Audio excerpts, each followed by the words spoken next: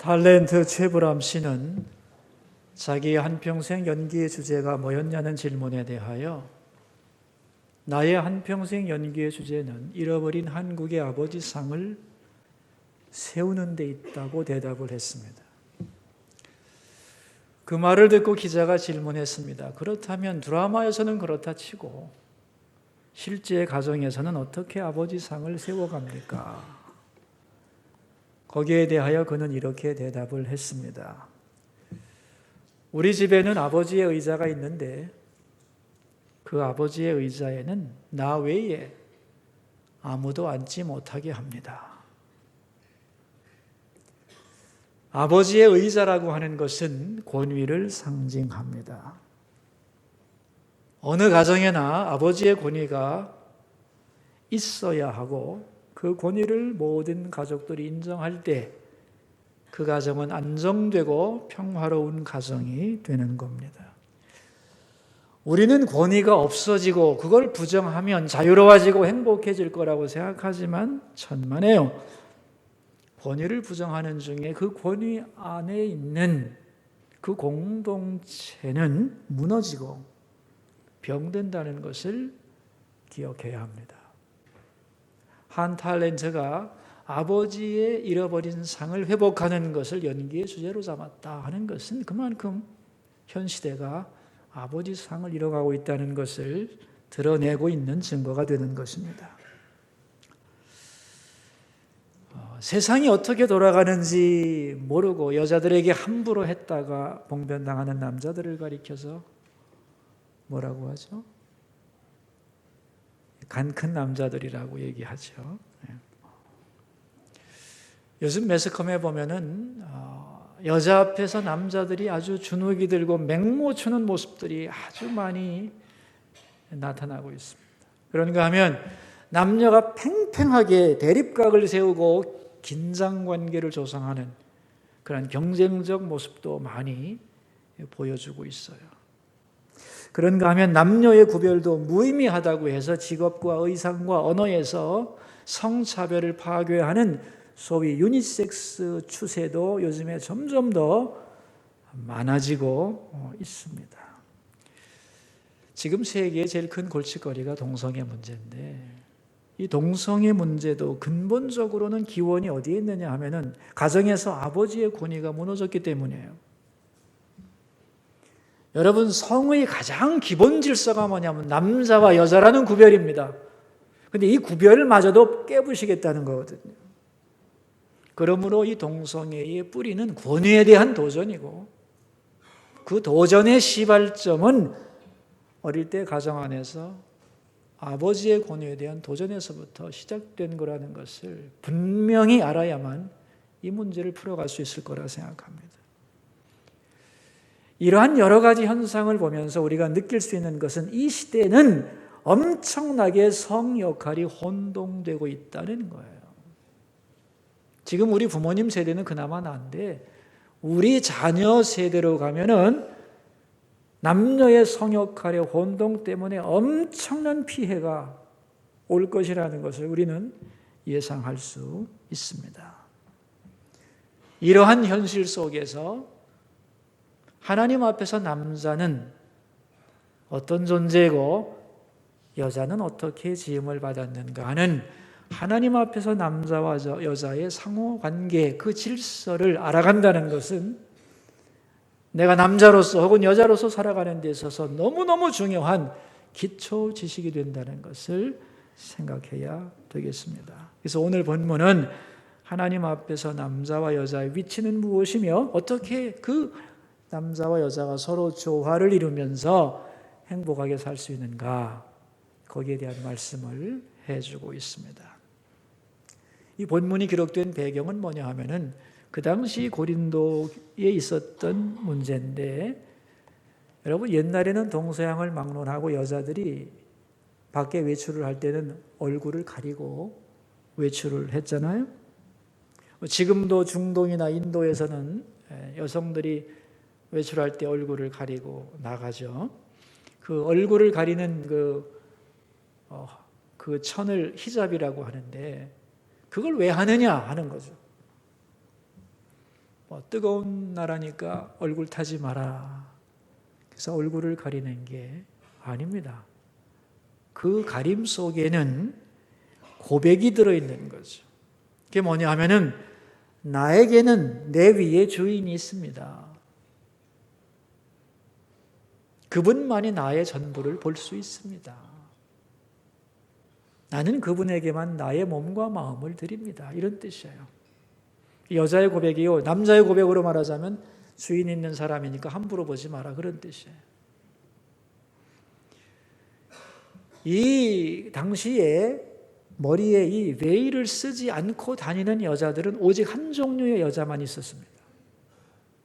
거리의 창녀들, 임자 없는 여자들만 머리에 너울을 쓰지 않고, 그 외의 모든 정숙한 여자들은 다 머리에 수건을 쓰고 다니던 시대의 이야기죠.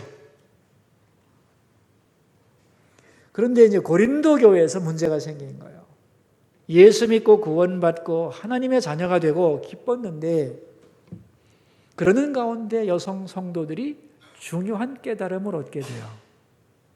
그게 뭐냐면은 우리는 복음으로 말미암아 자유를 얻었다는 거예요. 그리고 하나님 앞에서 남자와 여자는 아무 차이가 없는 동등한 자녀라는 것을 깨닫게 됐어요. 그런데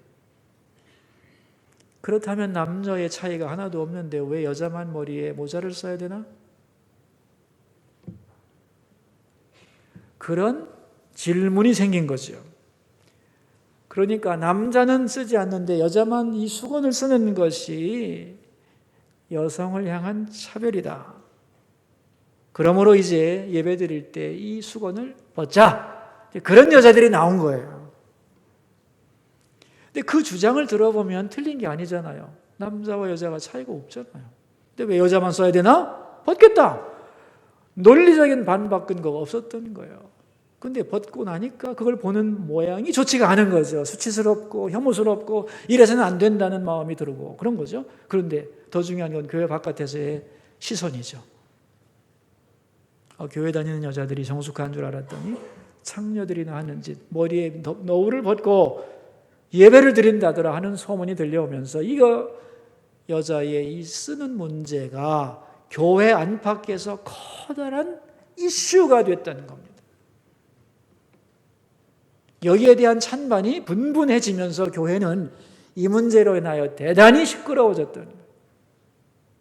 그래서 교인들 스스로 간에 이 문제를 해결할 방법이 없게 됐어요.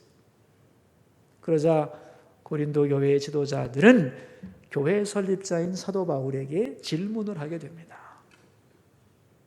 바울 선생님, 우리는 사도께서 가르쳐 주신 복음의 진리를 따라서 오늘도 열심히 살아가고 있습니다. 그리고 성경과 교회의 전통을 잘 지키려고 애를 쓰고 있습니다. 그런데 교회 안에 여성들의 매일 문제가 등장을 했습니다. 찬성하는 사람도 있고 반대하는 사람도 있고 여기에 대하여 의견이 분분하니 하나님의 뜻은 무엇인지 우리가 혼동하지 않을 수 있도록 분명한 가르침을 주시기 바랍니다. 이 편지를 보낸 거예요. 그것에 대한 답변이 오늘 본문입니다. 그런데 이 답변 속에서 중요한 창조 질서, 남자와 여자의 상호관계가 어떠해야 하는가에 대한 말씀이 나오는 거죠. 인류 보편적인 변할 수 없는 창조 원리가 오늘 이 작은 사건을 통해서 드러나고 있다는 거죠. 그래서 오늘 본문에서 말하는 남자와 여자는 어떤 관계냐, 세 가지를 말씀합니다. 자, 첫째가 뭐냐 하면 3절입니다. 읽겠습니다. 그러나 나는 너희가 알기를 원하노니 각 남자의 머리는 그리스도요 여자의 머리는 남자요 그리스도의 머리는 하나님이시라. 남자와 여자의 관계에서 첫 번째 원리가 여자의 머리는 남자다 그러는 거예요. 그러니까 모든 것에는 질서가 있듯이 이 성별에도 질서가 있다는 거죠. 그러니까 하나님이 세상을 창조하시고 남자와 여자를 만드실 때 아무렇게나 남자와 여자를 만드신 것이 아니라 그 속에 질서를 담았다는 거예요.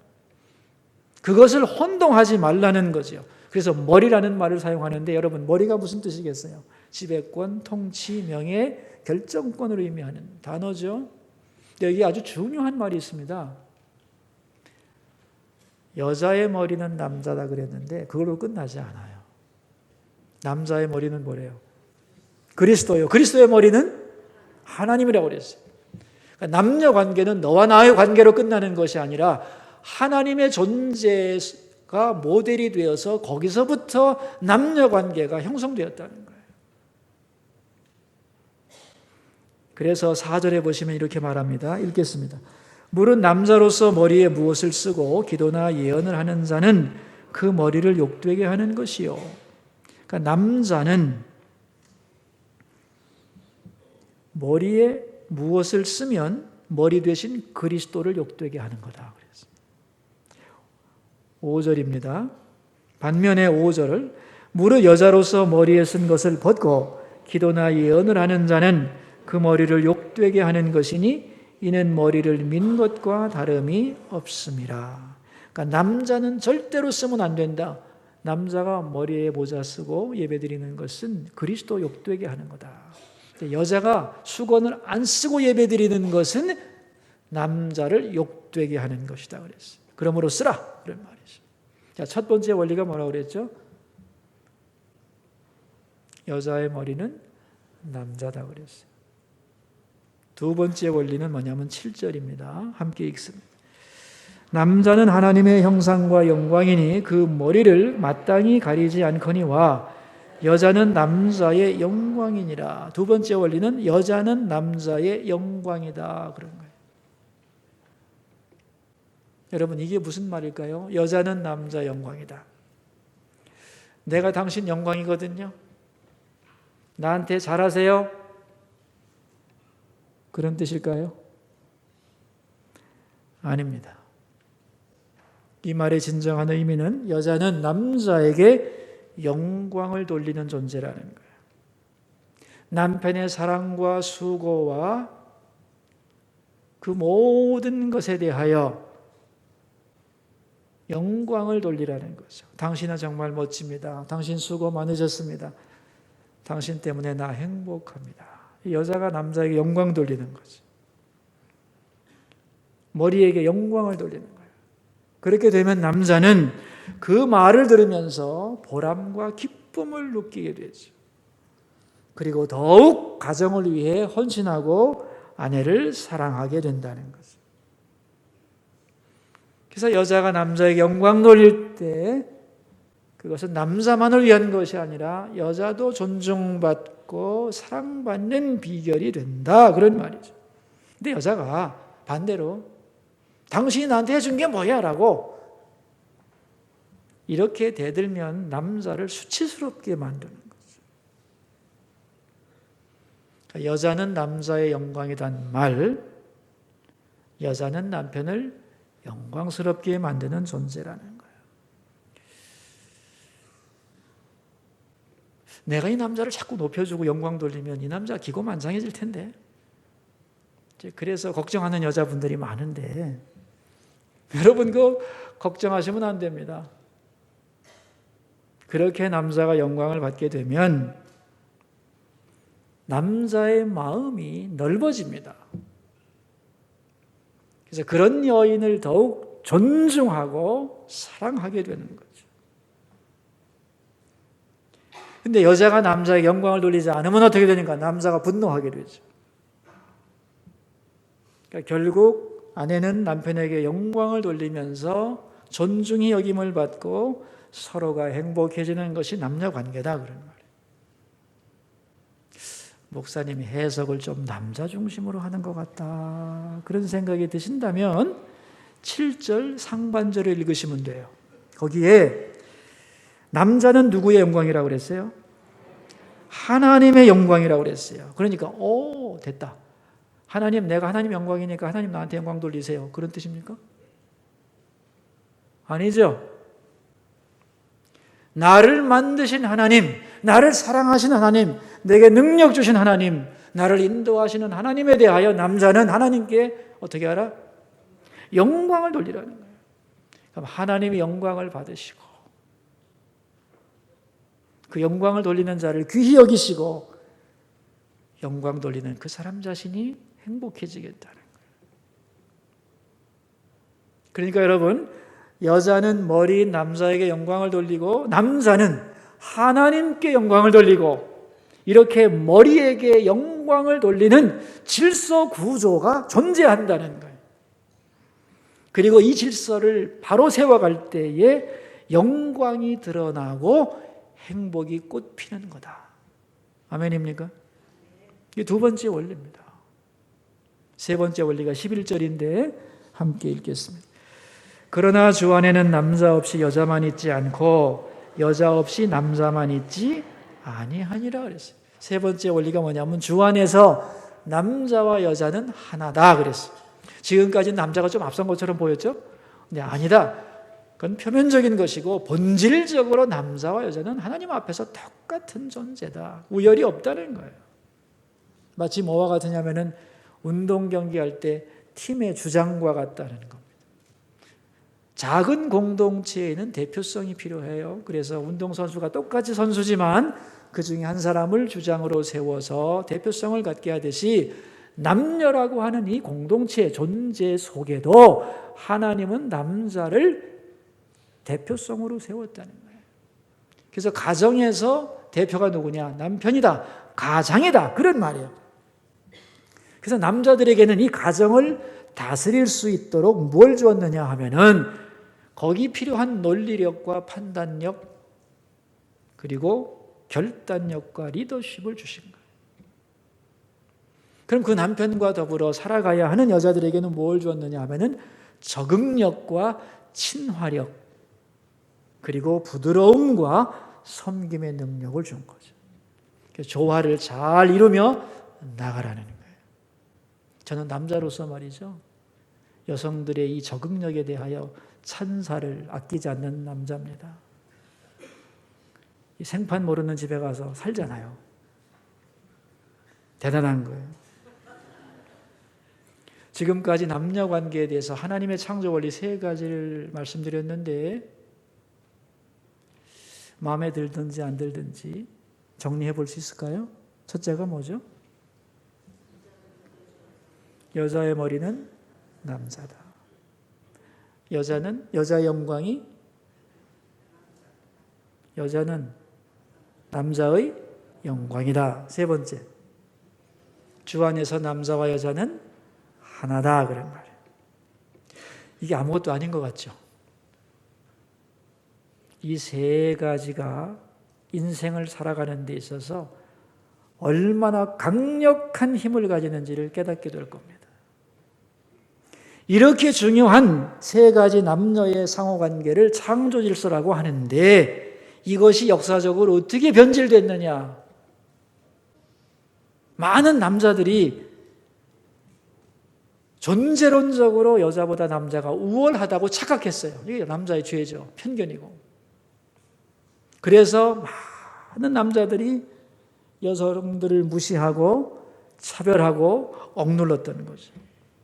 이 남자들의 죄가 인류 역사 속에 가득합니다, 여러분. 역사를 보세요. 남자와 여자의 차별 때문에 빚어진 비극과 눈물과 그 멍든 가슴들이 이루셀 수 없는 거죠. 남자의 죄죠, 그게. 이제 이러한 잘못된 불평등에 대하여 여자들은 어떻게 반응했느냐? 이 남성 우월주의를 부수려하기 위해서 남자와 여자의 모든 기능의 차별을 부인해버렸습니다. 남자와 여자는 완전히 똑같다는 거죠. 이게 페미니즘의 핵심 가치입니다. 그래서 이 시모네 드 보바르라고 하는 분은 이런 말을 했어요. 사람은 태어날 때 남자와 여자로 태어나는 게 아니라는 거예요. 사람으로 태어나는 거예요. 그런데 양육 과정에서 남자로 길리움 받고 여자로 양육되는 것이다. 그러므로 남자와 여자의 차이는 아무것도 없다고 말했습니다. 그러니까 여자들은 반작용으로 남녀의 차이를 전혀 인정하지 않았다는 것이 이 여자들의 죄와 편견입니다. 자, 그렇다면 이 하나님의 의도는 뭐였느냐는 거죠. 남자와 여자는 동등하다는 거예요. 거기서 시작해야 돼요. 동등한데 그러나 남자가 여자의 머리다 그랬어요. 이 순서와 질서를 인정하라는 거예요. 그러므로 여자들은 남자에게 머리인 남자에게 영광을 돌리라. 그러면 행복할 수 있다. 이게 하나님의 질서입니다, 여러분. 그러니까 여자가 할 일은 뭐냐면 남편에게 순종하고 영광 돌리면 돼요. 남자는 아내를 존중히 여기고 동등한 존재로 소중하게 여기고 하나님께 영광을 돌리면 되는 거예요. 여기에 행복이 있는 거예요.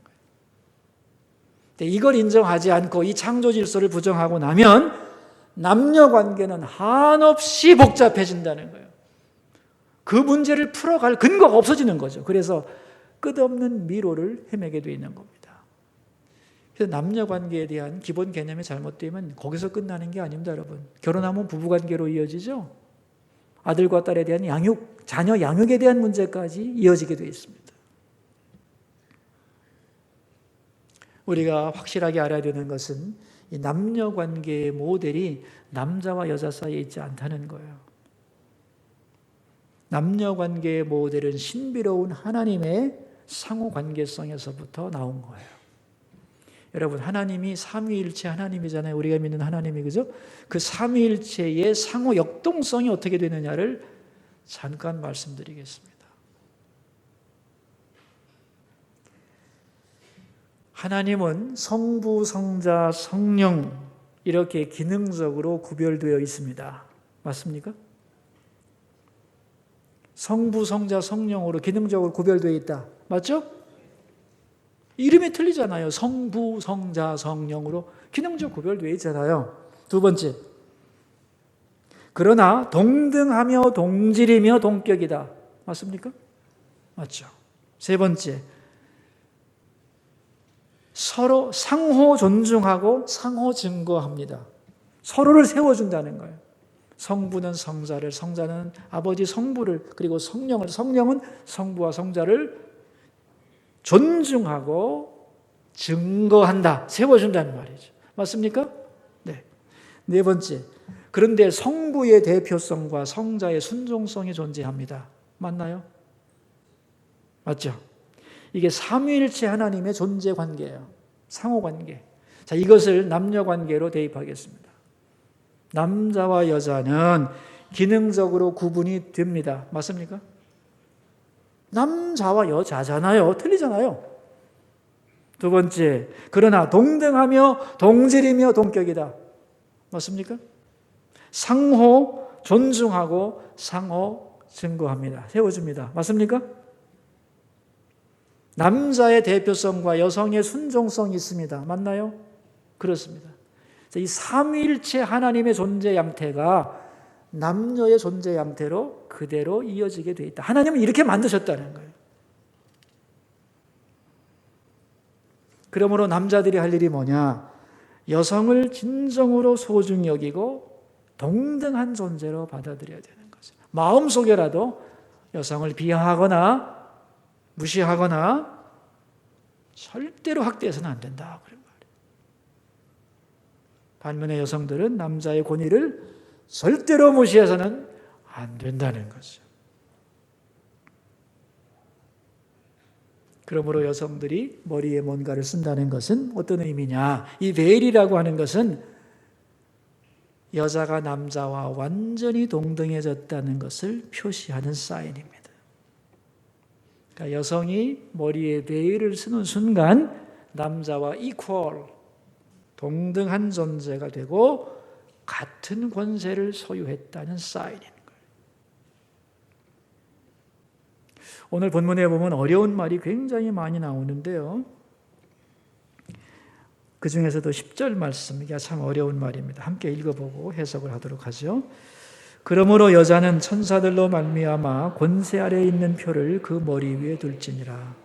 천사들 때문에 머리에 모자를 쓰라, 그런 얘기 아니겠어요?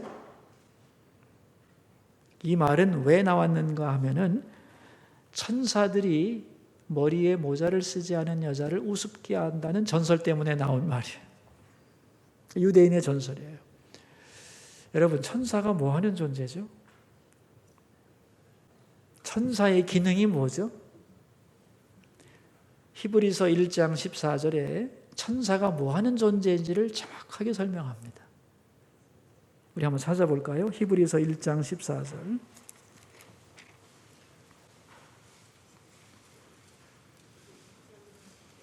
히브리서 1장 14절 말씀 찾으신 분들은 같이 한번 읽어보겠습니다. 모든 천사들은 섬기는 영으로서 구원받을 상속자들을 위하여 섬기라고 보내심이 아니냐 그랬어요. 그러니까 천사들은 하나님의 자녀된 백성들을 잘 섬기라고 보내준 영이에요. 섬기는 영이에요. 근데 천사들이 하나님의 자녀들을 이렇게 섬기다 보니까 여자들이 머리에 모자를 안 썼을 때는 남자보다 못한 존재로 무시한다는 거예요. 나 머리에 뭘 딱 썼을 때는 아, 남자와 동등해졌구나라고 여긴다는 거예요. 그러니까 여성이 남자와 동등하기 때문에 그 동등함의 표시로 머리에 써야 된다는 거예요.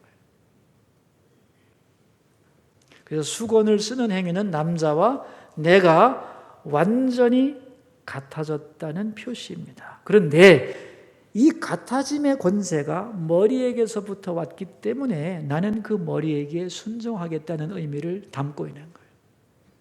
그러니까 머리에 쓴다는 건 무슨 뜻이에요?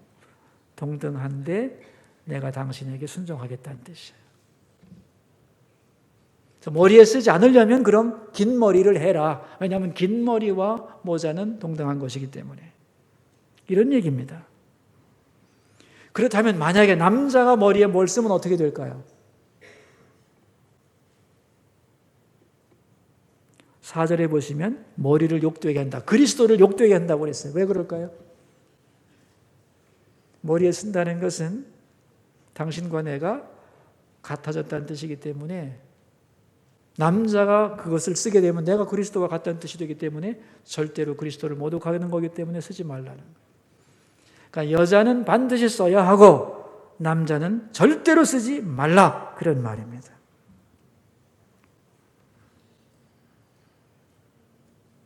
이 세 가지 원리에 대해서 사람마다 문화마다 아닌데요, 우리는 그렇게 배우지 않았는데요, 나는 다른 의견을 가지고 있을 수 있습니다.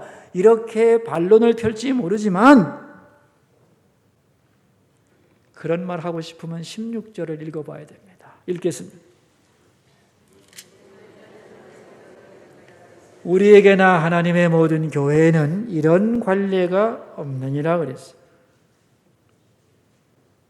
남녀관계에 대하여 복잡한 이론이 나올 수 있지만 그러나 하나님의 창조 질서는 이것이다. 그러므로 더 이상 따지지 말라, 그런 말이에요. 그리고 이 질서를 따라갈 때에 행복할 것이다. 그리고 서로에게 영광이 될 거다. 아니라고? 그러면 너만 불행해질 거다. 그런 말입니다. 그러므로 이 베일을 쓴다는 것은 성차별이라든가 여성을 비하한다든가 모욕적인 것이다, 이런 생각하지 말고 하나님이 만드신 질서를 인정한다는 것, 그런 의미에서 쓰는 것이 좋다. 그것이 관습에도 맞고 여성의 본성에도 맞는 것이기 때문에 모자를 쓰는 것이, 너울을 쓰는 것이 맞다. 오늘 본문의 결론입니다. 자, 그런데 여러분, 지금은 베일 안 쓰잖아요. 왜 그렇죠? 이 베일 쓰는 것이 그 당시의 문화였기 때문에 그렇습니다. 문화라고 하는 것은 시대와 가치에 따라서 변화되는 거거든요. 그러나 지금도 베일을 쓰는 데가 있죠. 천주교 예배당에 가보면 지금도 예배드릴 때 너울 씁니다, 여성들이. 다른 종교에서도 쓰는 종교가 있어요. 그러나 보편적으로 이것은 문화이기 때문에 문화가 바뀌면서 베일을 쓰지 않게 됐어요. 그러나 이 베일 속에 담겨있는 세 가지 원리는 창조의 원리지 문화 현상이 아니다는 거죠. 창조 원리는 변하지 않습니다. 그래서 베일은 쓰지 않는다 할지라도 이 속에 담긴 남녀의 이 창조 질서는 절대로 잊지 말아야 된다. 그런 말이죠. 그것을 인정하고 살 때에 남자는 남자답게 살 수 있고 여성은 여성답게 살면서 서로가 공존하면서 행복할 수 있다는 거예요. 저는 여러분에게 이 말씀을 꼭 드리고 싶어요. 말세가 될수록 말세의 징조들이 있어요. 특별히 말세가 될수록 창조 질서에 5가지 오염이 생기게 돼 있어요. 성경에 나오는 거예요. 첫째가 뭐냐면 물과 공기의 오염이에요. 두 번째는 땅과 바다의 오염입니다. 세 번째는 음식 먹거리의 오염이 심각해집니다. 네 번째가 뭐냐 하면은 가치관의 오염입니다. 잘못된 철학이 나오고 잘못된 종교가 나오면서 사람들을 미혹하는 거죠. 예수님 외에도 구원 많다. 모든 종교에 구원이 있다고 하는 종교다원주의 같은 것들이 점점 더 세력을 펼치게 되겠죠. 왜? 말세의 징조니까. 마지막으로 5번째가 뭐냐? 남녀관계의 오염이다는 거예요. 이것의 극단이 동성애고요. 거기까지 가지 않더라 할지라도 남녀관계의 성 역할이 말세로 갈수록 혼동되게 돼 있어요. 그래서 두드러진 게 뭐냐면 여성의 남성화예요. 여성들이 점점 남자 같아져요. 반면에 남성의 여성화도 급속도로 이루어지고 있어요. 그 결과 바로 나오는 게 뭐냐면 이혼율의 증가예요. 그리고 맞벌이 부부가 많아지면서 어머니들이 자녀들을 제대로 만나거나 돌보지 못하기 때문에 자녀 문제가 심각해지는 겁니다. 남자가 상대적으로 나약해지니까 남자의 자존심이 상하기 때문에 이 남자들이 이 외롭고 슬픈 것을 어디서 푸냐면 중독으로 풀어버리는 거예요. 남성의 중독성이 점점 심해집니다. 술과 도박 같은 것이 게임에 자꾸 중독하게 되어 있는 것이죠. 모든 사회가 지금 이렇게 흘러가고 있는 거죠. 우리 사회만이 아니고 전 세계적인 조류입니다. 강력한 추세인데요. 이렇게 여성들이 점점 강해지면 좋을 것 같지만 그렇지 않아요. 가정에서 남자가 권위를 가지고 있어야 여자들이 편한 거거든요. 여자들이 남자들이 할 일까지 생각하고 고민하다 보니까 여성 자체도 더 피곤해지는 거죠. 그래서 가정에서 서로 간에 상처가 많아지고 그러다 보니까 마음속에 쓴뿌리가 많아지고 그러다 보니까 마음이 강팍해져 가지고 예수를 믿어도 인격의 변화가 어렵고 성령의 열매를 잘 맺지를 못해요. 이런 현상들이 점점 개인과 가정 안에서 일어나는데 이 근본이 뭐냐면 성 역할의 혼동 때문에 오는 거예요. 여러분, 세상은 점점 더 이 현상이 심해질 것입니다. 이것을 되돌이킬 능력이 없는 거죠. 왜냐하면 창조 질서를 인정하지 않기 때문에. 우리는 하나님의 백성들은 어떻게 이런 상황 속에서 살아가야 되느냐 하는 거죠. 세상이 뭐라고 말하든지 진리의 기준은 하나님의 말씀인 줄로 믿습니다. 그러므로 창조 질서를 따라 살아갈 때 남자든 여자든 안정된 가정 가지고 행복하게 살 수 있다는 거예요. 앞으로는 이러한 남녀의 창조 질서를 교회에서 설교할 때 굉장히 많은 저항이 생길 거라고 보고 있습니다. 하나님이 남자를 여자의 머리로 세우셨다 그러면 여성 운동가들이 뭐 득달같이 일어날걸요. 웃기네. 시대가 어느 때인데 그런 고리타분한 소리를 하고 있냐. 저 양반 여성을 무시하는 남성 우월주의자야. 그럴 수 있다는 거예요. 세상이 그만큼 극단적으로 가고 있습니다, 여러분. 그러나 그럼에도 불구하고 하나님의 질서는 변함이 없다는 거예요. 이렇게 살아갈 때 가정이 행복하다는 거예요. 여자가 여자답게 살 수 있고 남자가 남자다워질 수 있다는 거예요. 이 하나님의 질서라는 겁니다.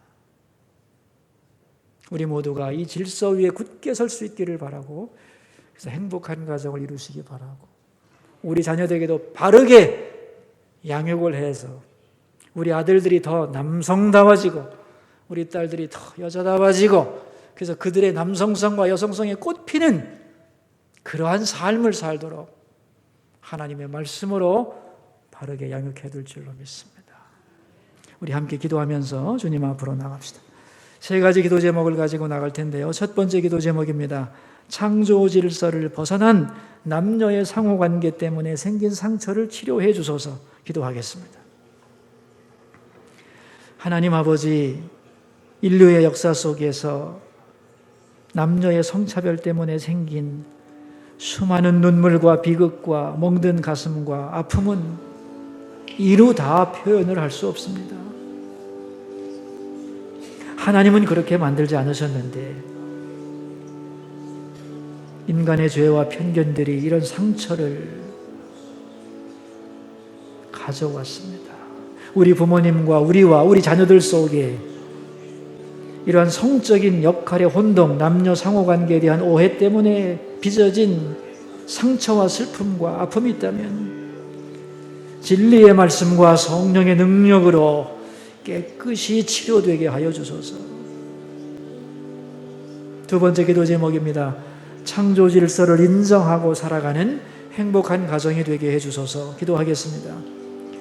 하나님 아버지, 주께서는 우리를 창조하실 때 남자를 남자로 만드시고 또 여자를 여자로 만드셨습니다. 내가 남자라는 사실에 대하여 남자들은 만족해하게 하시고 내가 여자로 태어난 것에 대하여 감사하는 여인들이 되게 하여 주옵소서. 모든 가정에서 남자의 권위가 바로 세워지게 해주시고 여자의 위치가 비하되거나 무시되지 않도록 진정한 동반자로 존중이 여김을 받고 사랑받게 하옵소서. 우리 자녀들도 아들이라는 것 때문에 딸들이라는 것 때문에 상처받지 않고 성장하게 해주소서. 세 번째 기도 제목입니다. 우리나라에 다시는 전쟁의 비극이 없게 하시고 진정한 평화 통일을 허락해 주소서. 기도하겠습니다. 하나님 아버지, 6월을 보내면서 이 땅에 다시 전쟁의 비극이 없게 하시기를 간절히 기도합니다. 지금도 전쟁 준비에 여념이 없는 저 북한의 시도를 깨뜨려 주시고 이 땅의 진정한 평화 통일을 허락해 주옵소서. 오늘은 거룩한 주일입니다. 이 땅의 교회들이 주님께 예배할 때 그 자리에 임재해 주시고 올바른 예배를 드리게 하시며 하나님께는 영광이 되고 주님의 전으로 나온 모든 주의 자녀들이 하나님을 만나고 그 음성을 듣는 살아있는 예배 되도록 역사하여 주소서. 남자와 여자라고 하는 아름다운 상호관계를 허락하신 하나님, 그러나 우리는 말씀을 붙잡지 않고 세상의 풍조를 따라 살아갈 때가 너무 많습니다. 거기서 생겨난 수많은 오해와 편견과 상처가 우리에게 가득합니다. 치료해 주시고 용서해 주시고 하나님의 말씀의 진리 가운데 회복되게 하옵소서. 세상이 어떻게 돌아가든지 우리 하나님의 자녀들은 말씀의 기준을 가지고 살아가게 하시고 하나님이 만드신 남성과 여성의 본성을 어기며 살지 않게 하시고 창조 질서에 맞게 살아감으로써 행복하게 하시고 그리고 하나님께 영광 돌리는 삶을 살아가게 하여 주옵소서.